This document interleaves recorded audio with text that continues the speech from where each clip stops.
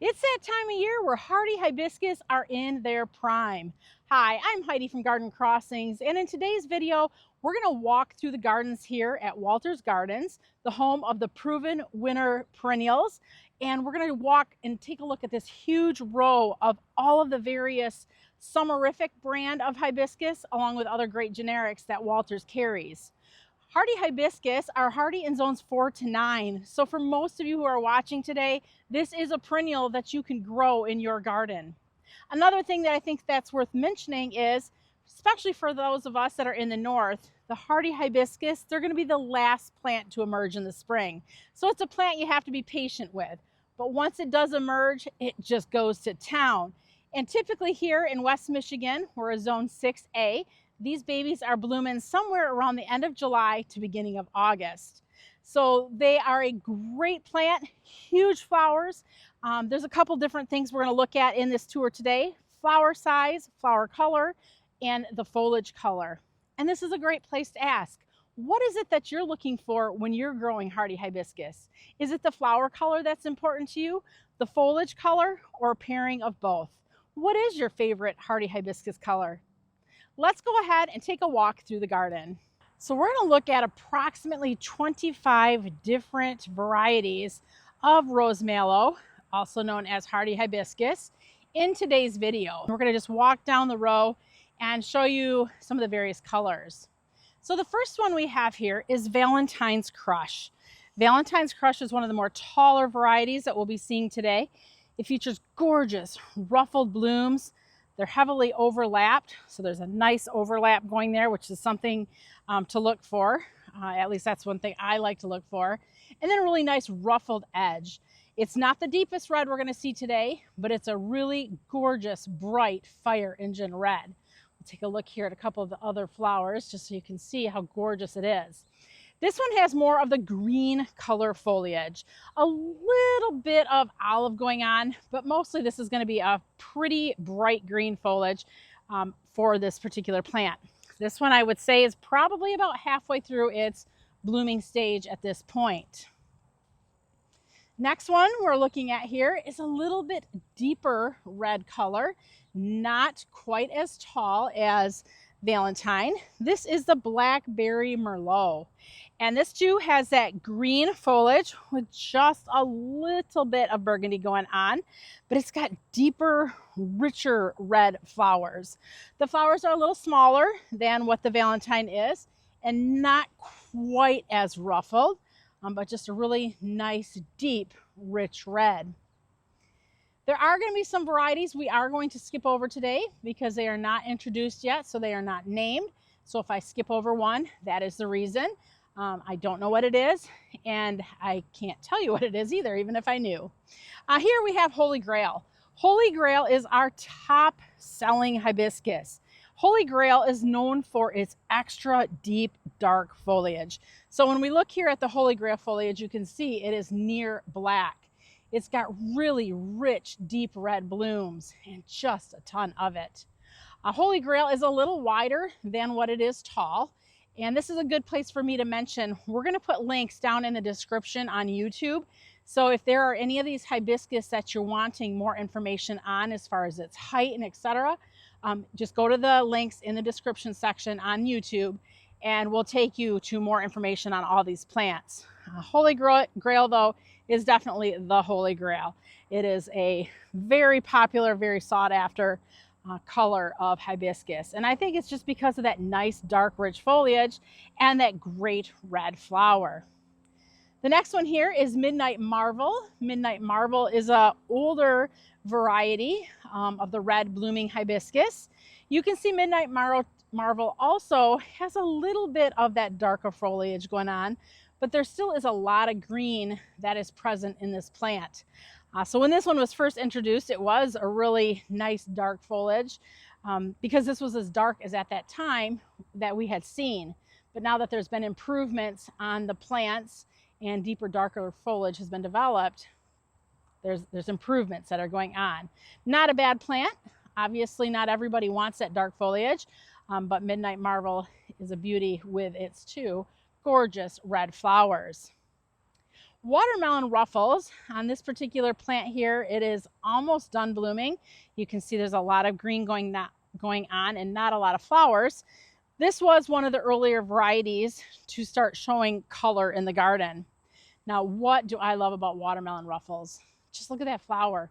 Heavily ruffled edges, very overlapped petals, just gorgeous big blooms. A lot of these blooms we're seeing are about 8 inches across, so very big dinner plate sized blooms. Every flower on this watermelon ruffle is heavily ruffled.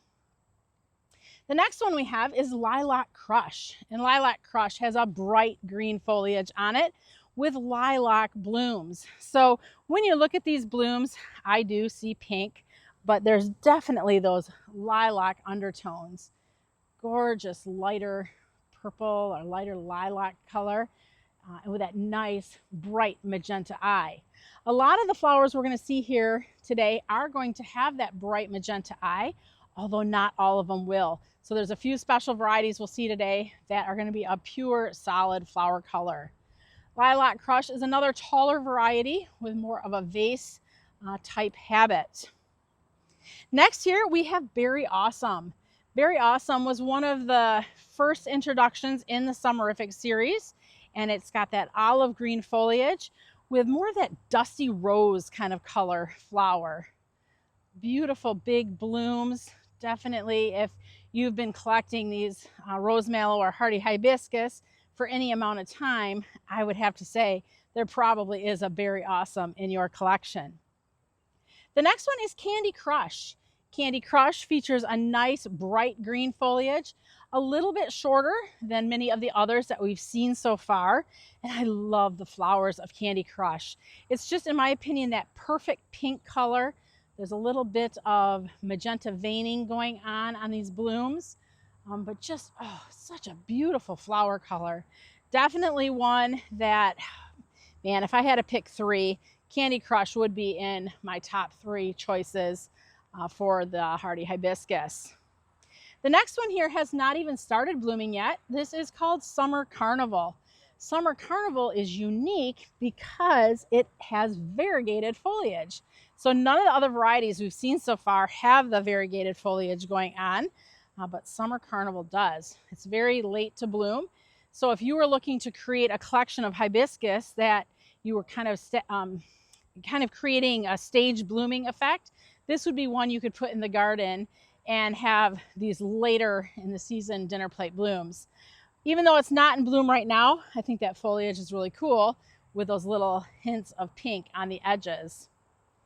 Next, we have Summer in Paradise. Oh, doesn't that just sound like a perfect place to be?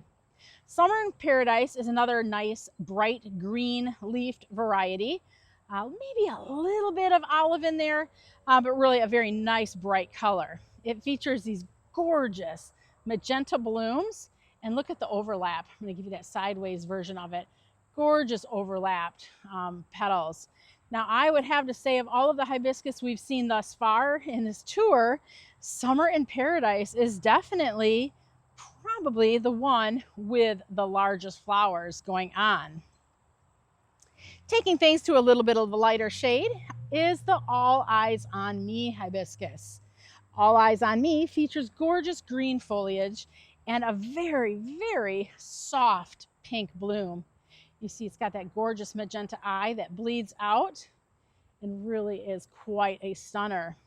Not everybody's into bright colors, and if your palette is a little bit softer in nature, All Eyes on Me has a nice soft palette. Next, we have the Evening Rose.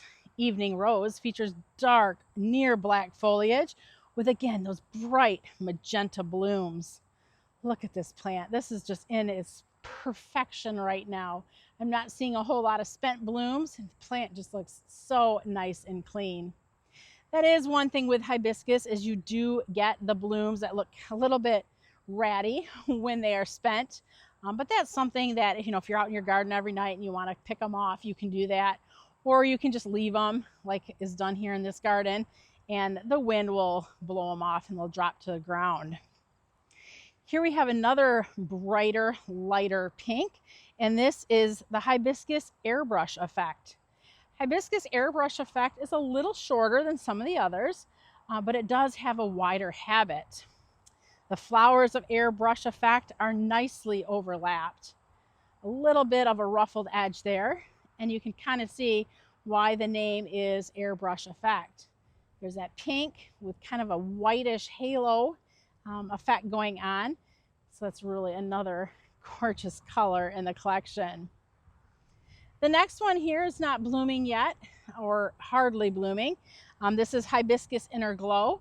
I am not familiar with this variety yet, so I really can't speak a lot to it, besides the fact that it is a lot more compact than the other varieties, and it does appear to have, let's say, a medium dark foliage. Part of the Summerific series, this is Summerific Perfect Storm. This is another variety that was earlier introduction to that Summerific program, and it's a little bit later to bloom. So again, if you're looking to stagger your bloom times, Perfect Storm is going to be one of those that will help you extend your hibiscus season. Perfect Storm is a flower that has white and pink on it. So we'll pop a picture up on the screen of this one so you can see its beautiful bloom. Next we have Hibiscus Spinderella. And as the name implies, spin, circle is twist, spin. Spinderella has these gorgeous big blooms with that spinning effect going on with shades of pink and white. Spinderella does have that bright green foliage, and I love looking at the flowers with that two-tone effect going on. It really draws the eye in, and it's quite pleasing to look at. This little beauty here is more compact in size, dark black foliage, and gorgeous bicolor blooms. This is the Hibiscus Starry Night. This has really deep dark foliage, and you can see the blooms on it are white and pink, and it's got heavy veining of that magenta. So that gorgeous magenta eye is bleeding out to the edge of the flower. Oh, what a beautiful plant to have. Starry Night. Hibiscus Cherry Chocolate. Cherry Chocolate is, let's call it a medium dark foliage, more of an olive green. And Cherry Chocolate features really large blooms. With its bloom size, gorgeous white flowers with a really big magenta eye. And as you can see, that magenta eye also bleeds out to the edge of the flowers. Next, we have Ballet Slippers. Ballet Slippers features white blooms with just a kiss of pink on the edge. It's got that nice magenta eye, and this one here features bright green foliage. So this is another one. If you're looking for just a softer palette in the garden, Ballet Slippers is a nice soft or bright white with that soft kiss of pink on the edges.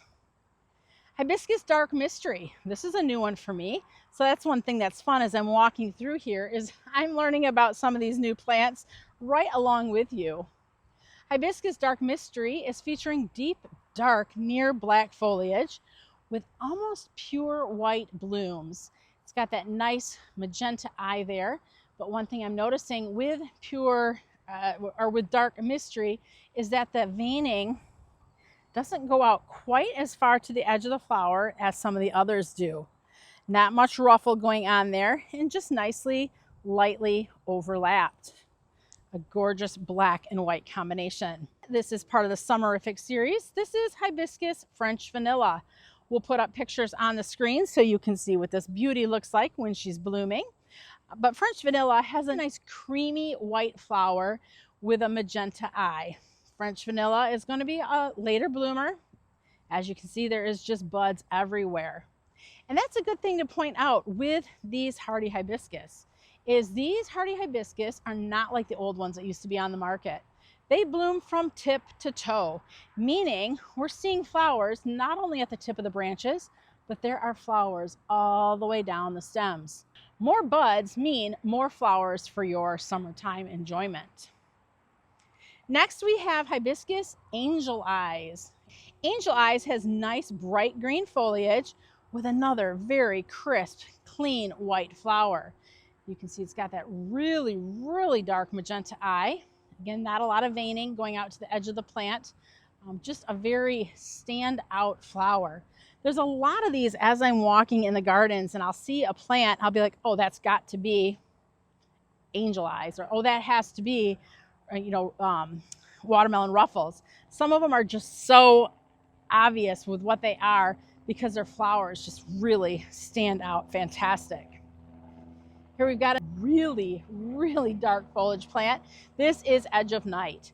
Edge of Night is very compact, almost half the size of some of those bigger hibiscus we've seen. Edge of Night is just starting to flower, and it's got gorgeous pink blooms, but with that magenta veining. So it's a lot of, let's say, dark on dark sort of tones. And really it's very vibrant, that pink bloom up against that near black foliage. If you're looking for something shorter, maybe not a back of the garden type of a plant, Edge of Night is going to be perfect for those front borders in the garden. Now, I had mentioned earlier that we were going to be seeing some surprise hibiscus that did not have that magenta eye. And here is the first one. This is Hibiscus Marshmallow Moon. Gorgeous green foliage with a perfectly white flower. You'll see there's absolutely no pink on here.